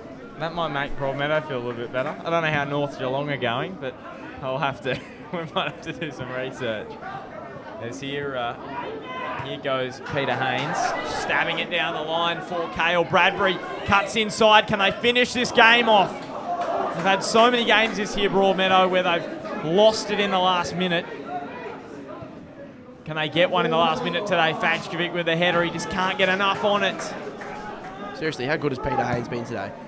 He has been absolutely awesome, and that's what's going to happen at the end of this game. We're going to interview the man of the match. Here's Troy Harefield. Oh, what an interception there by Jaden Barber. Puts it over for a corner. Magic have been so dominant. They do not deserve to concede here. But as we know, how often does it happen, Blake, that Weston score in the final moments when they don't deserve to? Yeah, watch Carl Thornton here. He's wandering his way into the box. Curling away from goal. This is where you get the most power on them. Well, that's why they've been so successful, the Bears. Grind out a result. Can they do it again here today? Nathan Morris whips it in. Brock Oakley got up with the header.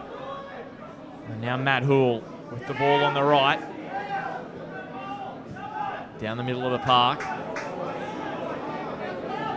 So, Blake, are you going, even if Weston level this one up, you're going Peter Haynes? Yeah, definitely Peter Haynes. I can't see anyone, apart from Archie there, again, with another good save, that has played better than Peter Haynes. Just another piece of irrelevant information, but just off the kickoff at Hunter Stadium, the Roosters have kicked off and the Knights have dropped it off the kickoff. Well, that's par for the course, isn't it, for the Knights? Is going down as Harefield. Robbie Turnbull after it, and Piddington clears it over the sideline. Robbie Turnbull down in that far corner of the ground. So it will be Peter Haynes that I'll run down and have a chat to at full time. Just another twist. Adamstown have gone ahead 2-1 against South Cardiff at Ulinga Oval. Well, that's heartbreaking for South Cardiff. Really, that is gut-wrenching for them. So it'll still come down to the last round though. But you would think that Maitland are safe in 2015. Magic fans whistling. They want the whistle blown. We're only 20 seconds into stoppages. Say we probably get the usual 3 minutes. Paul Cloud on the ball. Can he find a goal from somewhere? Nick Thompson now. Been pretty good today. Nick Thompson, Herefield. Turns. Piddington again there.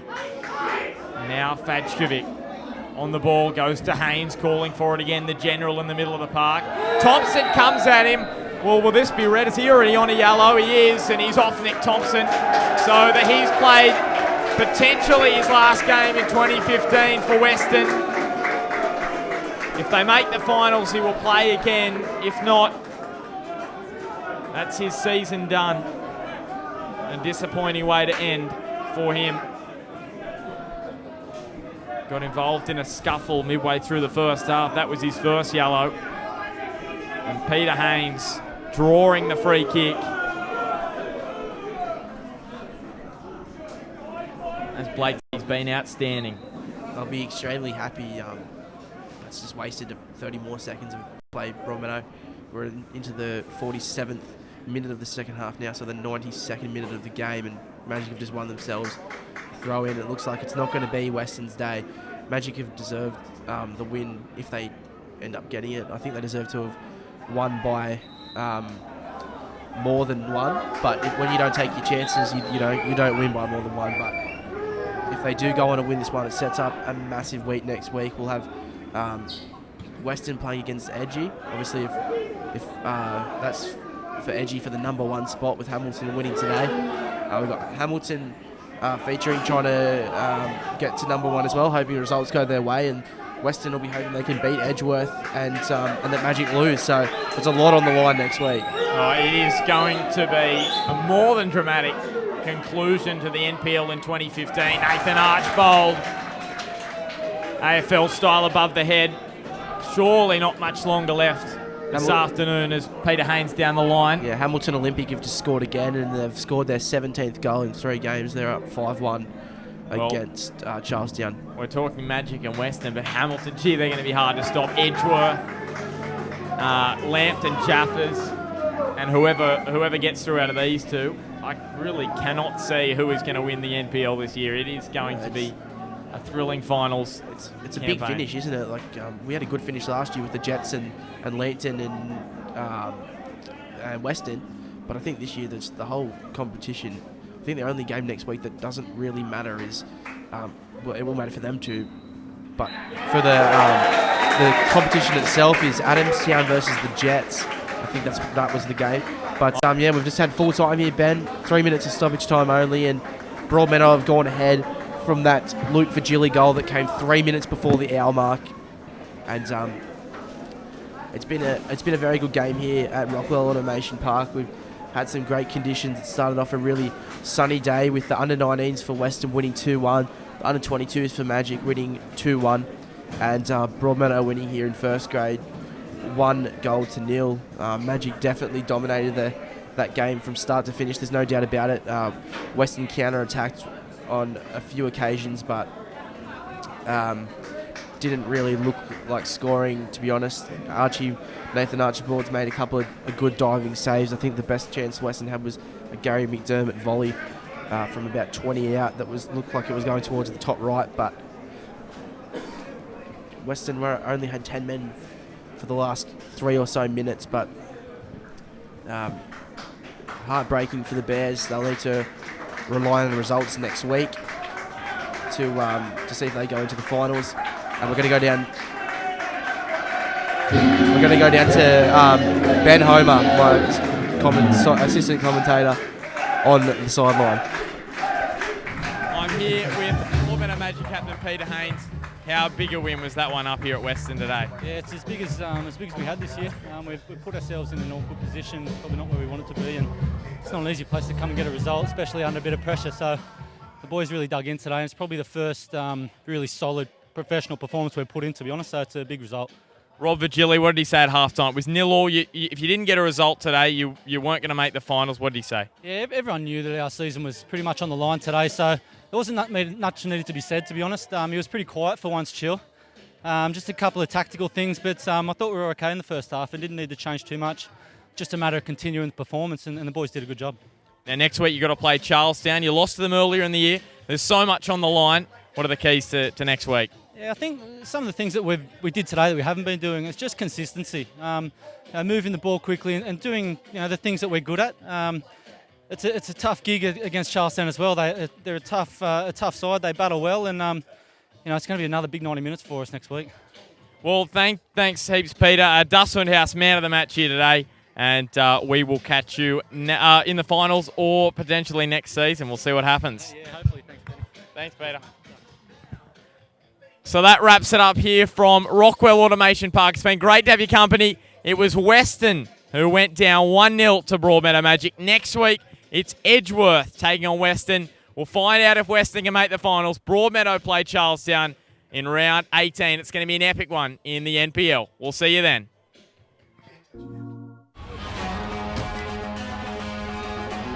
This is for the players.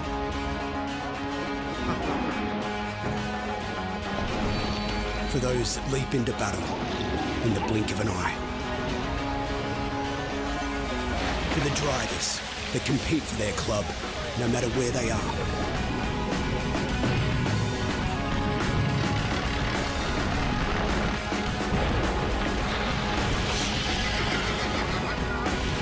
For everyone who has triumphs, tips and tricks to share.